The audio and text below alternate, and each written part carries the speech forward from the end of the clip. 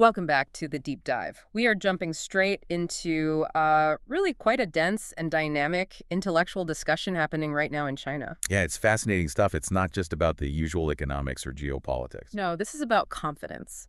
Specifically, this struggle for national intellectual independence, kind of pushing back against the long shadow of Western knowledge systems and influence. That's exactly right. The core idea in the sources we looked at is this concept of achieving spiritual standing up. Spiritual standing. Yeah, basically establishing a genuine, self-assured intellectual foundation.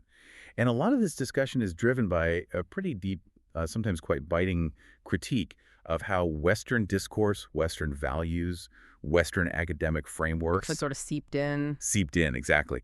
And according to these sources, really affected, maybe even damaged Chinese intellectual circles, particularly since the reforms kicked off in the 1980s. Okay, so our mission today is to guide you through this. It's a complex terrain. We're going to unpack some key definitions that are driving this, well, frankly, quite heated debate. We'll look at the specific negative impacts this influence is perceived to have had on China's own knowledge system. And then, this is really interesting, we'll look at the counter movement, a new generation that the sources describe as remarkably self-confident. Right. And just to be clear up front, we're reporting on the viewpoints we found in these source materials. Exactly. We're not endorsing the conclusions, but really trying to help you understand the arguments being made within this discourse. Okay, so where should we start? Maybe with that core term. Yes, let's unpack the main target of the critique. The term Jingshin Megoran, it translates roughly to spiritual Americans. Sounds pretty pointed. What does it mean in this context? It's used to describe a specific group, a cohort of Chinese intellectuals. Sometimes they're even called, sort of derisively, strange literati. Strange literati. Yeah.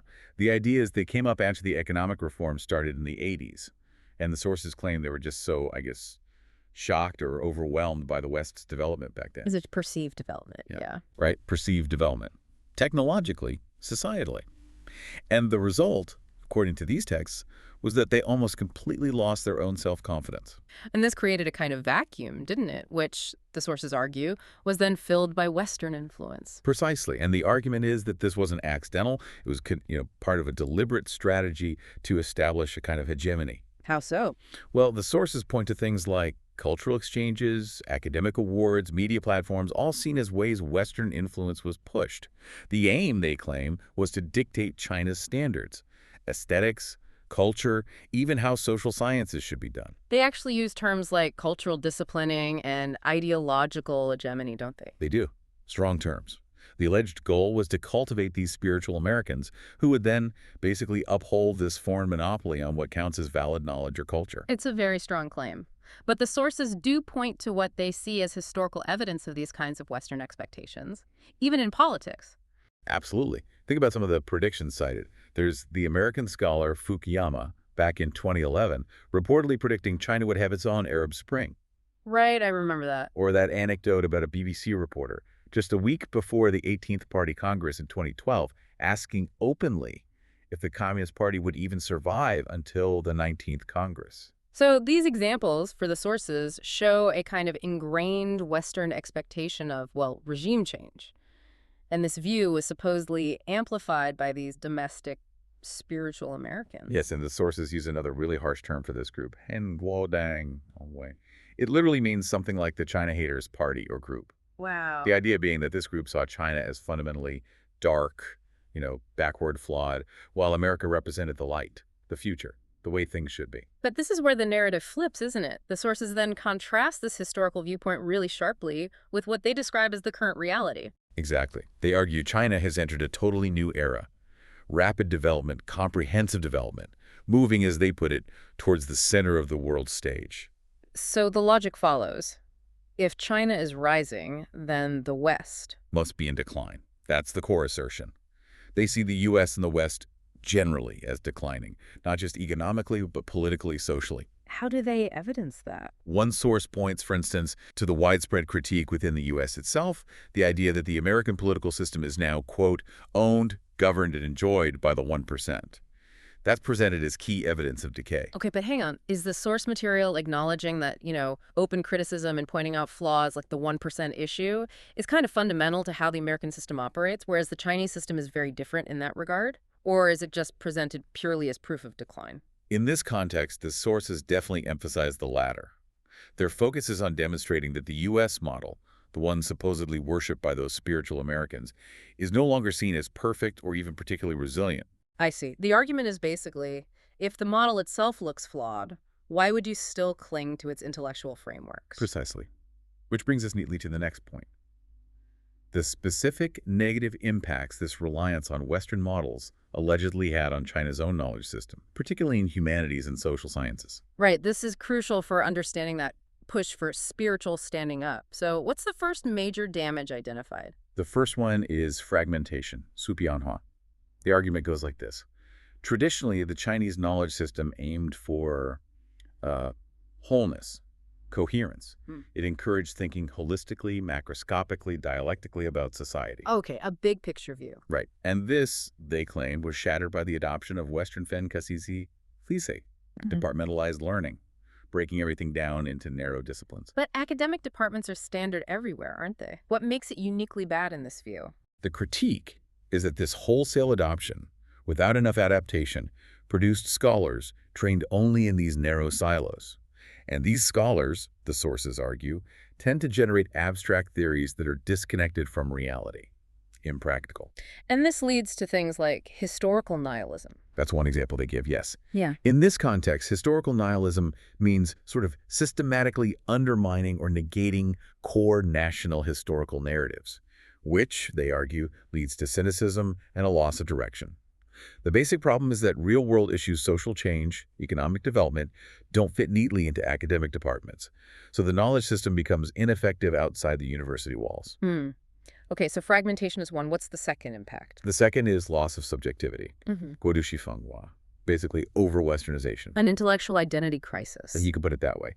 Certain fields, they say, especially law, economics, sociology, essentially lost their indigenous roots, became, well, carbon copies of Western departments. Sometimes literally using translated Western textbooks for Chinese students, without enough critical adaptation.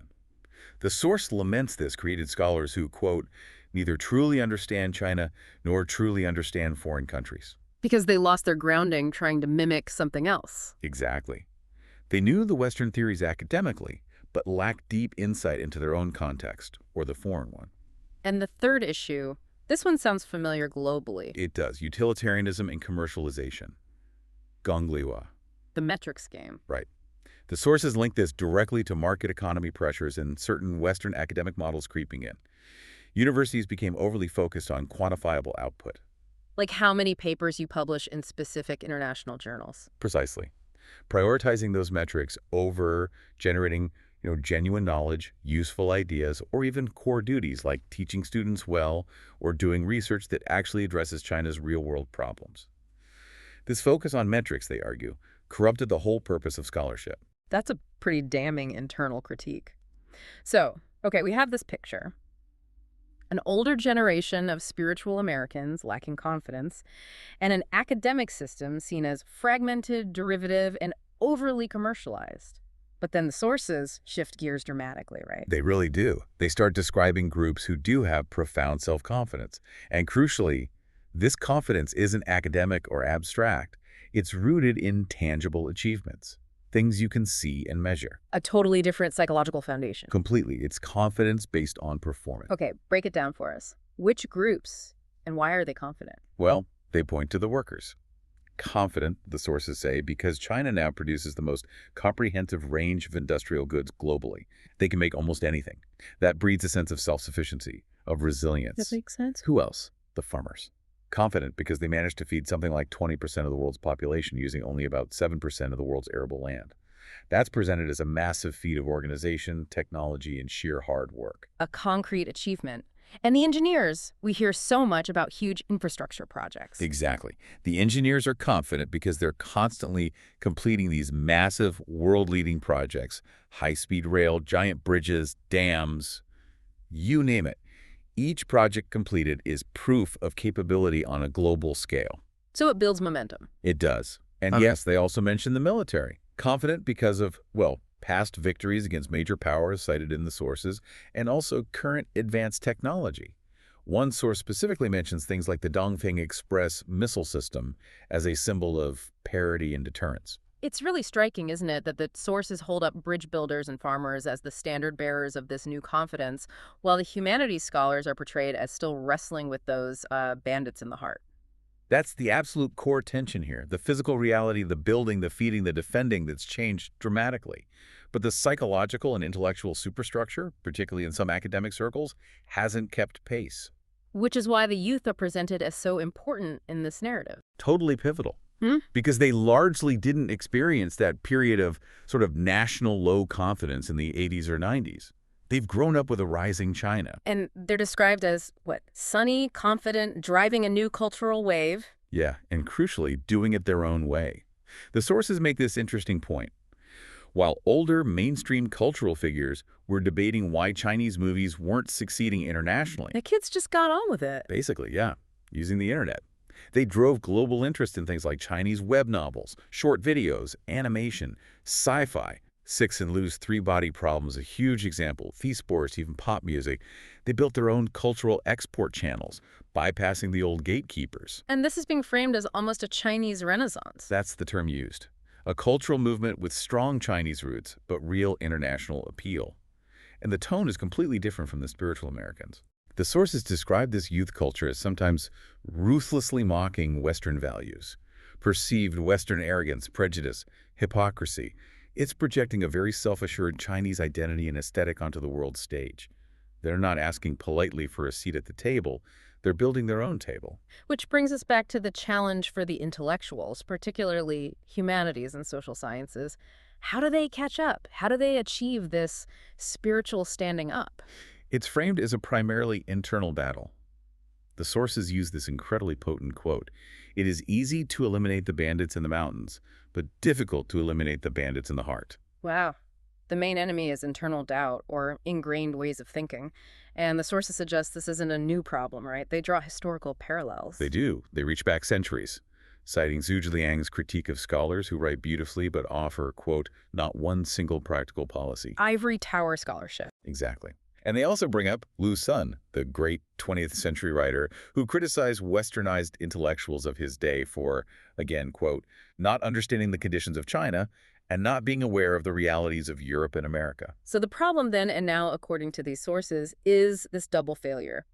Not truly understanding your own context and having an incomplete, often idealized view of the outside world. That's the core critique. So if the diagnosis seems clear, know yourself, know the world, why the hesitation? Why are some intellectuals in this view still stuck? The sources mention a specific psychology. Yeah, they call it Wei Chang Dinli. Roughly a feared strength psychology, specifically towards the United States. A lingering perception of American power as just overwhelming, unchallengeable. Still seeing the U.S. through that 1980s lens, maybe. Perhaps. But the sources push back hard against this psychology now.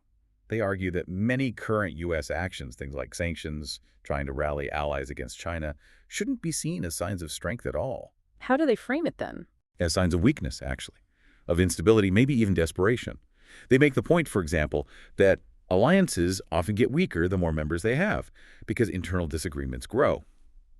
They might point to friction within NATO as an example. Interesting. So fearing the U.S. now is, in this view, misreading the situation, mistaking defensive moves for offensive strength. That's the argument. And that fear itself, that Wei Chang Dinli, is the real barrier to intellectual self-reliance. It's a psychological block. Okay, this brings us to maybe the most important question for you listening to this. Does all this talk of spiritual standing up, of resisting Western hegemony, does it mean rejecting all foreign knowledge?